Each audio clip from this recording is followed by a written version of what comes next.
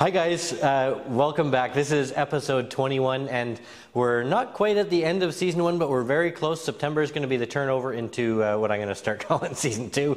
But I'd like to thank everybody for their feedback on the videos themselves. It's really helped me develop what we need to do here to give you the best content possible, as well as the overwhelmingly positive support and comments that I get for the videos and the work that we're doing here on the airworthy rebuild of Hawker Typhoon JP843. It means the world to me, guys. Thank you so much for such positive words.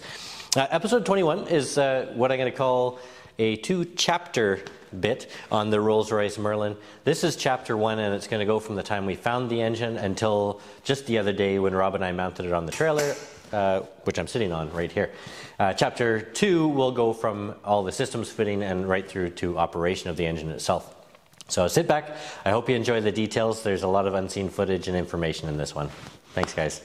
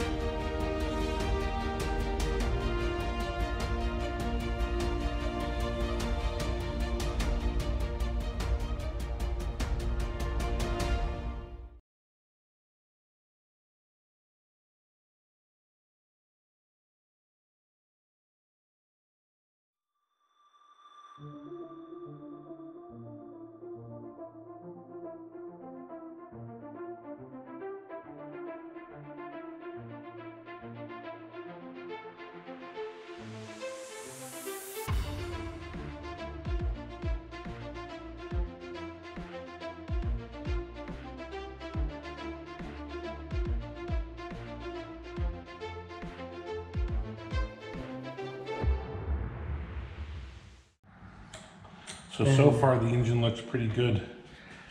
Yeah. Corrosion wise. Yeah, really. It looks very well preserved. Yeah. It's vintage. Especially even up in the intake port. Look at the oil that's up in the air cams. I mean, it's laying up in that gallon. Oh, yeah. The flashlight there. Yeah. Excellent. So they really did it good. And as I say, this is all preserved up here. That's just on the lobes of the cam, because you can see it just wipes off, right? Just a bit of a stain. Yeah. All you do is just take a Varsol rag and that stuff. And I don't think that's cosmoline either. Doesn't feel as thick as cosmoline, does it? No, Look it at doesn't. that. Yeah. Because cosmoline is really bad because it will migrate away and leave stuff open. Yeah. Right? It hasn't gone all dried out and sticky Yeah. at all. We were just going to pull off the camshafts and rocker assemblies. Just we've got to get the lobe corrosion taken care of, and just start the process of disassembly and inspection and making sure we're not going to sabotage ourselves when we try to spark it up. We're just lifting off the second valve train. Everything's coming apart very nicely. How you doing, right? Here we go.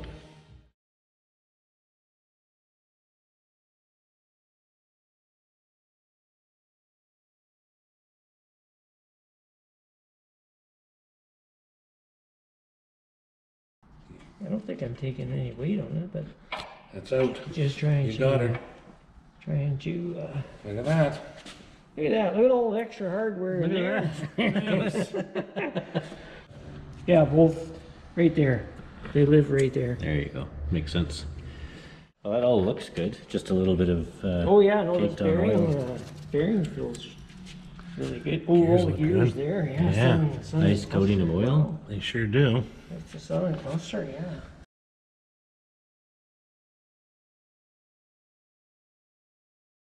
Well, we're just trying to figure out what we need to take off to get the castle off here, yeah.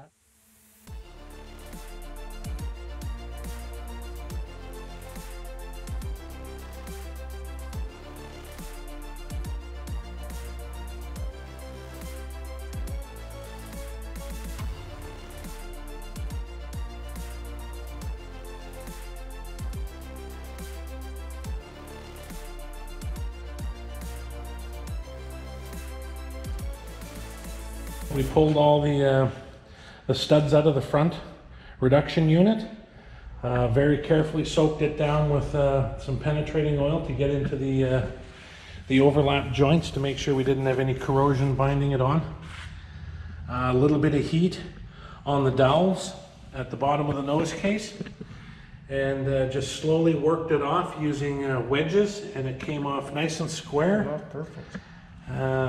No loading, no corrosion, nothing. Came off very well. We just finished wiping out a fair bit of the preservative oil. That It's race still looks like it's brand still new. in very good shape.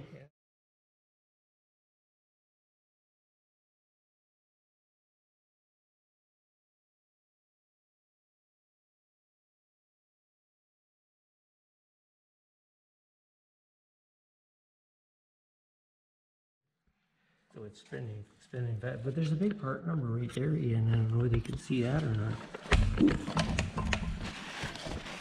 But look how thick this preservative stuff is. It's really, really thick stuff. And it's done the job because it's like brand spanking new underneath there, yeah.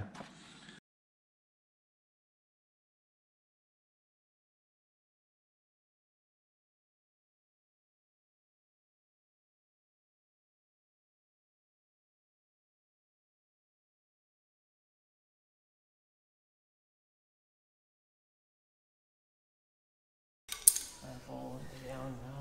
Okay. Now go down on the front. Okay. It seems to be following the back end down, isn't it? Yeah. It's ready to drop. I think you just have to pry on your side and it's going down. Yeah, okay, just like it mine a little. Yeah, I'm free of all the studs now. Yeah, same here.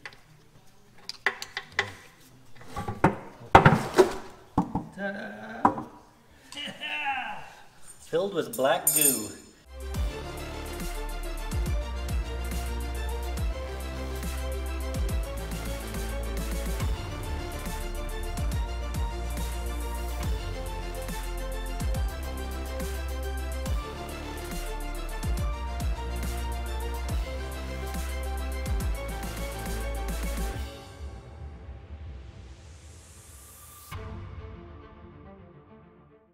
Just a quick interlude, guys. I'd like to thank everybody that's gone over to our paid subscription channel and subscribed for early ad-free access to all of our video content, as well as our forums and direct interaction with myself and some of the other team members. Thank you so much.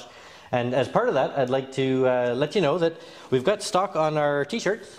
And on the first of every month, I'm going to randomly pick a name from our subscribers list, and I'll get in touch with you and send you out one of these fancy Typhoon Legacy t-shirts. So thank you all so very much. If you're interested in subscribing, please go to the link below.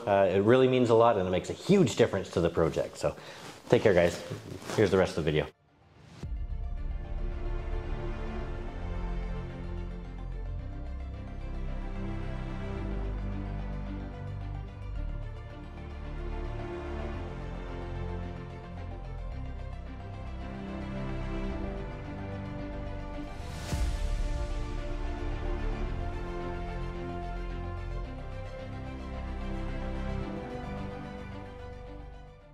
I think I took these home about 6 weeks ago. If these rotors were all locked inside, they were rusted up, so they wouldn't turn at all. I've had to redo the bearings inside, all new bearings in there, and polish them all up so they look neat, going to look neat against the black engine, so they should turn out really well. We found snake eggs inside this one here. It was about 10 eggs, a little white, about half an inch diameter sort of thing, and 2 of them were unhatched, but yeah, they were all stuffed down underneath the coil in this down here. It's pretty interesting. This was full of snake eggs. How the snake ever got in there, I don't have any idea.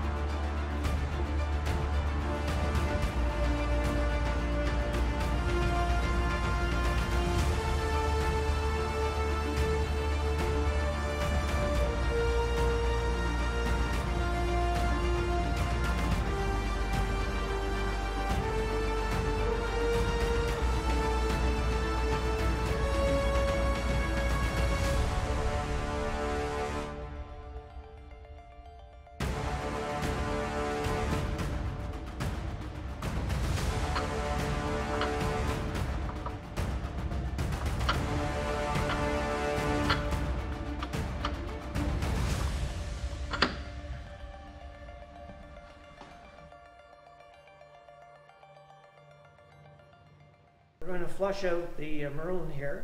We've got her all piped up with a little pre-oiler pump on there and 20-liter pail of oil, and kind of buck sheet it together, but we need to flush all the preservative out of the engine. So we've just done a pre-thing and had a few leaks here and there we found, so it's bound to happen. But we've got it sealed up good enough now that we've got oil starting to come out up on the camshaft here, and you can see it running down here various places, and it's nice and black, so it means the preservative is coming out of the cam and all the gear train and stuff. So basically that's what the goal was today. We get it flushed out, then we can actually start putting the pan back on. I've got all the valve gear all trimed here, so everything is preset for both camshaft, the A and B bank, and it's fitted in there very nicely. So I just have to lock wire the caps on here, the main bearing caps, and that's pretty well done. So yeah, once we get this done, then Ian's been working on the trailer. If you want to swing over and show him the trailer. Not really. Okay. Yeah, right. So anyways, yeah, we're going to continue. We've warmed the spill of oil up with some hot water just to give it a little extra additive sort of thing. And so yeah, we're going to continue running this full pail out here and see how much more stuff we could flush out of inside of it. So actually, I can feel a lot of oil in my hand. Can you? Yeah, Just a comparison of the sides here. yeah, it's just like, yeah, full of, that's what I said, something's getting on, it's like oil. Oh. You see oil there, yeah. There's more oil in there. Yeah.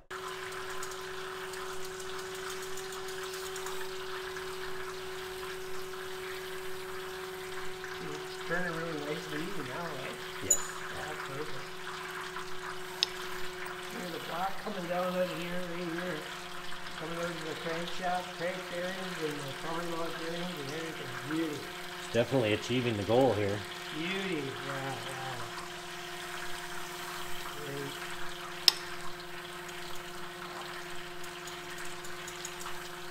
Yeah, there's one side of the Supercharger is really black too, coming out. Yeah, I Getting see all that that. It's preservative out of there. wow. Yeah. Yeah, awesome. So if you look in the oil pan, you can see that the oil that's coming out of the engine is black, going into some of the clean stuff that's dripped down, and that's that tar type preservative that was used in the engine. And the point of today's exercise is to blow that out with fresh clean oil. So what we've used is a high mileage synthetic blend oil, and it's got detergent additives and some additives to help seals soften. So should be good for this guy. But it's blowing out all of the preservative that was in the bearings and throughout the engine, and recoating it with nice clean oil in our preparation to get this guy going.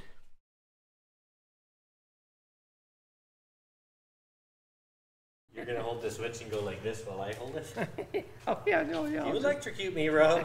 I always electrocute you. It goes the right way too. Does it? Oh, it's going that way, and that's the way the arrow is.